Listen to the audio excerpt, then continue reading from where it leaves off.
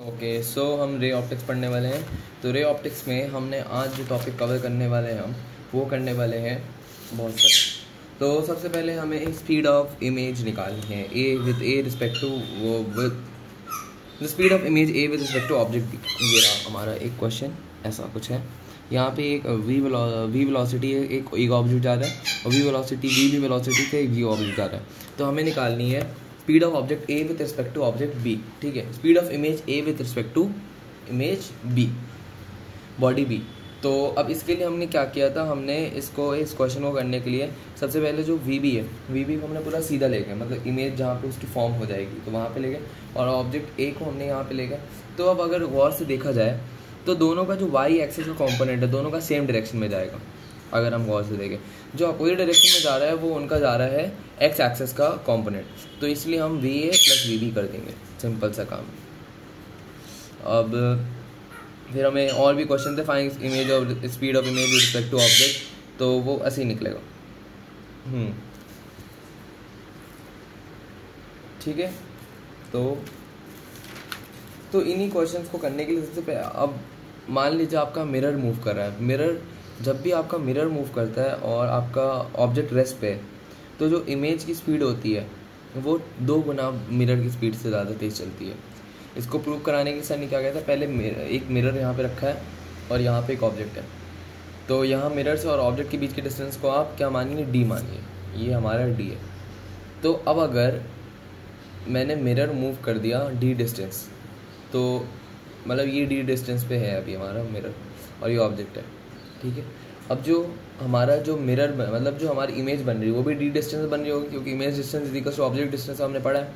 अब मान लीजिए मैंने डी डिस्टेंस से मिरर को मूव कर दिया और ऑब्जेक्ट यहीं पे रेस्ट पे, तो मिरर कितना, तो इमेज कितने मूव करेगी, क्योंकि मिरर डी डिस्टेंस पे मूव किया है और पहले मिरर ऑब्जेक्ट से डी पे था, तो मिरर ऑब्जेक्ट से कितना दूर है, 2D पे आ गया। तो फिर इमेज कितना दूर बनेगी, 2D पे बनेगी। तो पहले इमेज बन रही थी d/t पे, अब इमेज कितने बन रही है, 2D/t पे।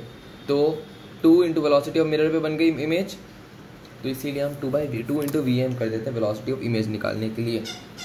अब velocity of image with respect to ground अगर निकालना हो तो हम कैसे निकालेंगे, तो उसके लिए हम लोग क्या करते हैं, velocity of image with respect to ground निकालना तो हम सीधा 2 कर देंगे, तो इससे हमारा image with respect to ground आएगा। लेकिन अगर हमें with velocity of image with respect to object पूछा है तो सबसे पहले हमें velocity of image with respect to ground निकालना पड़ेगा, विद रिस्पेक्ट टू ग्राउंड निकालना पड़ेगा।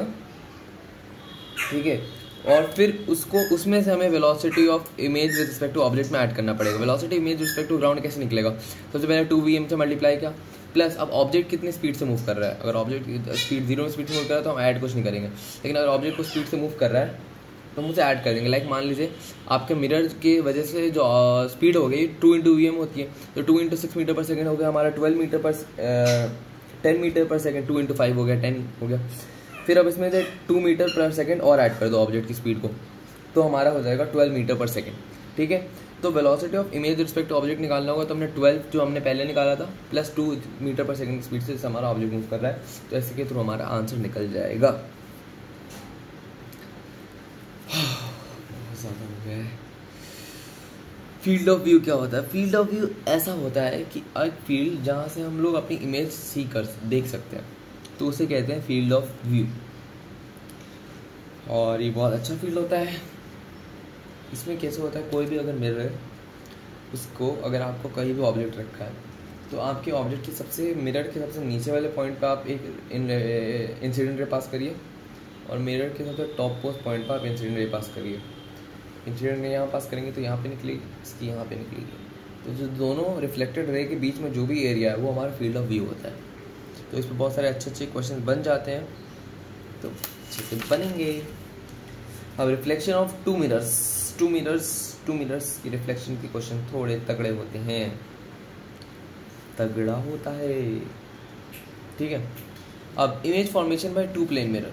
अब इसको लिए अब आपको ऐसे 2 प्लेन मिरर मिले होंगे, एक मिरर ऐसा होगा और एक मिरर ऐसा होगा, यानी 2 एकदम अलग अलग पोजीशन पे होंगे, और दोनों के बीच में होगा हमारा डिस्टेंस होगा, ऑब्जेक्ट होगा। यानी दोनों मिरर ऐसे रखे हुए, इन दोनों के बीच में ऑब्जेक्ट है, ये 2 मिरर है, ये 2 मिरर है, इन दोनों के बीच में ऑब्जेक्ट रखा है। अब जो ऑब्जेक्ट रखा है वो हमारा इस मिरर से 2 मीटर के डिस्टेंस है, इस मिरर से 2 मीटर के डिस्टेंस पे। तो अब इससे हमें निकालनी होगी कितनी सारी इमेजेस बनेंगी। तो image formation by 2 plane mirror, तो इसके लिए हमें ऐसे बनाया था सर ने, 2 मीटर लो, यहाँ पे 2 मीटर की डिस्टेंस, यहाँ पे 2 मीटर की डिस्टेंस। तो पहले जो इमेज बनेगी वो 2 मीटर की डिस्टेंस बनेगी दोनों मिरर में।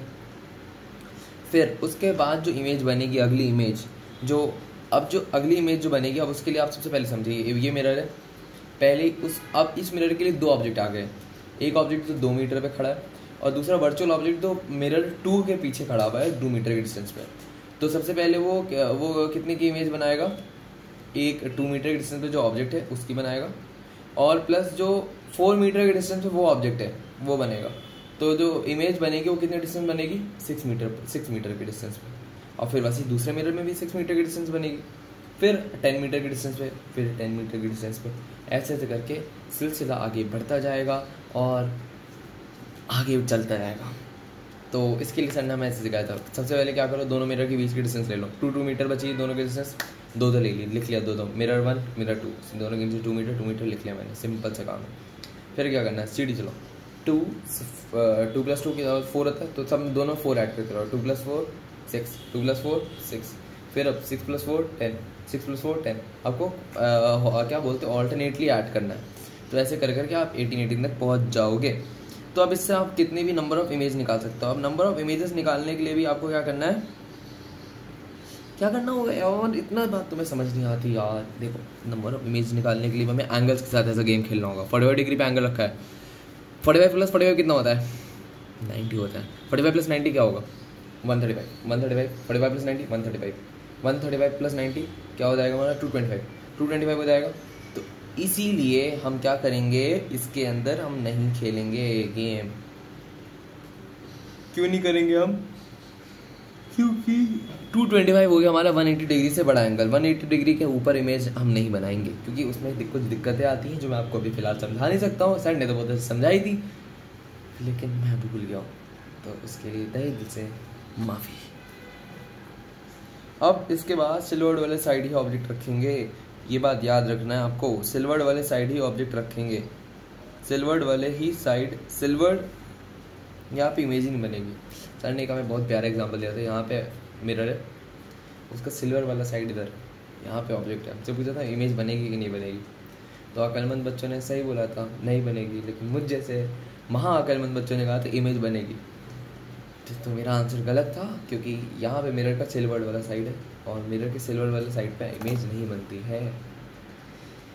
ठीक है, तो अगली बार होगा, कम गलतियाँ मिलेंगी आपको। बस इतना तक पढ़ा था मैंने कि मैंने कहा था बस अब नहीं पढ़ा जाएगा मुझसे, और ये बात है 1 हफ्ते पुरानी, उसके बाद से मैंने लेक्चर देखा है नहीं। तो मिलते हैं ब्रेक के बाद।